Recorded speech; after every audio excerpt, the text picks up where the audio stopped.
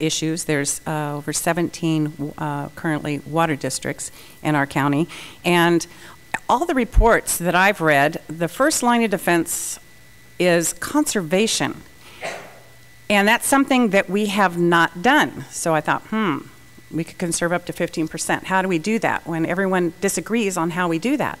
So in my research, I've found that we could implement the Board of Supervisors County Service Area number 3, which gives the board the authority over all the water districts, all 17, and I think we should do mandatory conservation because that's where it starts. Thank you. Yes, this is a very critical time for Mendocino County to address our water needs. Ignoring long-term water solutions is very foolish policy. It is a necessity of life. We barely have enough today to meet the needs of the present population, and especially meeting those needs in a dry year. Conservation measures alone will not provide an adequate water supply in the future. We have the cheapest water available, and that's from our rainfall. Where we lack is in storage. We need to have long-term solutions. The present First District Supervisor, and working on water issues and looking for solutions, told another supervisor he didn't care if he had that supervisor's vote because he had the 3 votes. And that was talking about water issues and the Inland Water and Power Commission. We need leadership on the board to seek all the future needs and do it in the long term. Thank you. Mr. Delbar. Well, thank you. As was stated, we have plenty of water. It's the storage that we lack. And we talked about economic development, and we all look at the Fjords building. We all think, my goodness, it would be nice to get rid of that thing. We've have buyers. The county has found buyers for that and want to build businesses and jobs. It lacks a water hookup. That's how critical the water supply is. We lost 50,000 acre-feet of water due to the federal agencies saying, sorry, you can't have it anymore because we need to protect fisheries. That's 40% of Lake Mendocino. This board has taken an aggressive approach. We are fighting, we have been fighting to keep the water flowing through the Potter Valley Project to regain at least most of that 50,000 acre-feet. And we have 5 reservoirs in the works right now, studies going on 5 different reservoirs. We know this is an issue, and we've been fighting for it for a long time. We have a lot of forces through the state and the federal governments that don't necessarily want to see this happen or are not helping us. But we're not taking no for an answer. We're fighting it, and we will continue to fight for it.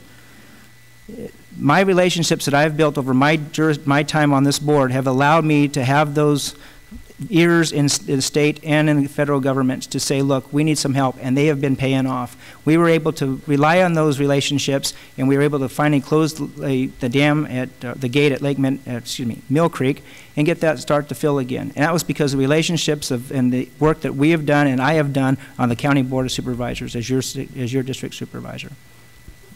Thank you. I think that water is life, so there is no real more important subject matter than that.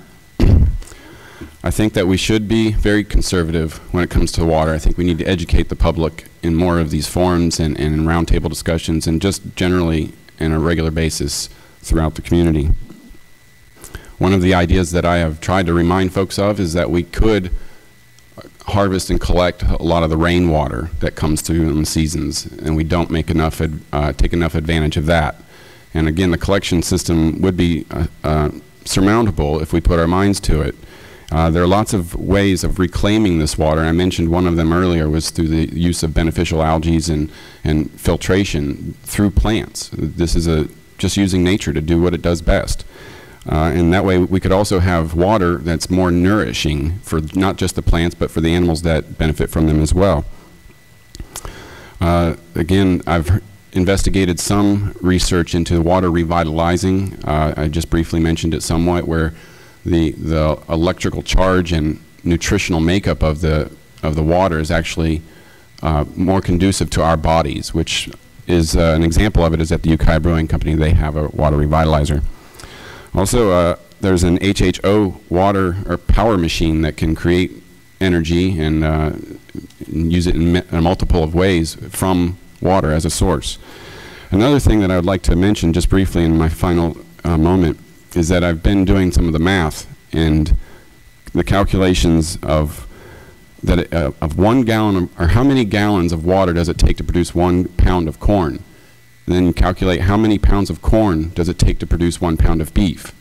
And if you do the inevitable math on that, you realize that we're wasting a lot of our water on things that really don't sustain our society. This is a non-sustainable industry, just like the wine industry. Thank you. Katie, before we move on, I'd like to use one of my rebuttal opportunities. Okay. Ms. Brown made an unfortunate and misleading comment about an action that the board took in regard to water and Inland Water Power Commission. The board, on a 3-2 vote prior to the vote that Ms. Brown is referring to, reversed course and took us backwards. And because of that 3-2 vote, we lost over 18 months of water progress. What we did is, when the board changed, is we reversed that and we started moving forward again. And I'm sorry if that upsets her, but this is the direction we need to go. Yeah, I have a rebuttal to the incumbent's Mill Creek Dam. You know, for years it was maintained yearly. And then when the county took it over doing his incumbency, they failed to maintenance it. And that cost them over $1 million that they're hoping the insurance is going to pay for just to get that dam filled again. I played there. My neighbors have played there. I taught my first class there. I think that's ridiculous. The avoidance of maintenance has cost all that money. I have a point of clarification. When someone refers to Ms. Brown, if you could say Ms. Carrie Brown. Thank you. This is Dolly Brown. Yeah, that's a little confusing. One question was just brought up at this time, and I don't know whether we want to go any farther on this water thing, but what progress has been made in the past 4 years on developing a long-term plan for water, and describe what you know about it. And if no progress has been made, why not? Let's see whose turn it is. Mr. Morris, I think. Well, I may have lost track. Excuse me if I did. Unfortunately, I've had to find several different means of making my rent and being quite employed, and that has been able to keep me away from a lot of the meetings that I would like to have attended. So I honestly would like to defer that to someone else that may know more. Okay, Mr. Rickle. Well, you know, Mendocino County now has a water agency, and they are trying to address the myriad of issues. They've actually put some funding into a few programs. The State Water Resources Board is pushing every water district with conservation and other issues, along with any time a well is drilled, we're going to be looking at underflow issues. So there's a lot of legal issues coming up. It's being worked on, but I don't see any positive movement. I mean, that we can say that there's actually going to be more water available, that we are dealing with waste issues. It's an ongoing process. Thank you. Ms. Brown? The first, we're going around in a circle this time. Oh, okay. I don't have my glasses on, so I can't see. What progress has been made in the past 4 years on developing a long-term plan for water? Describe. If none has been made, why not? Well, I know that there is an EIR, $5 million EIR underway by the Corps of Engineers. I think that what progress has actually been made would be a question for our current sitting supervisor. What progress has been made in the last 4 years would be a more appropriate person. I'd like to ask him. Okay. Ms. Brown, do you have a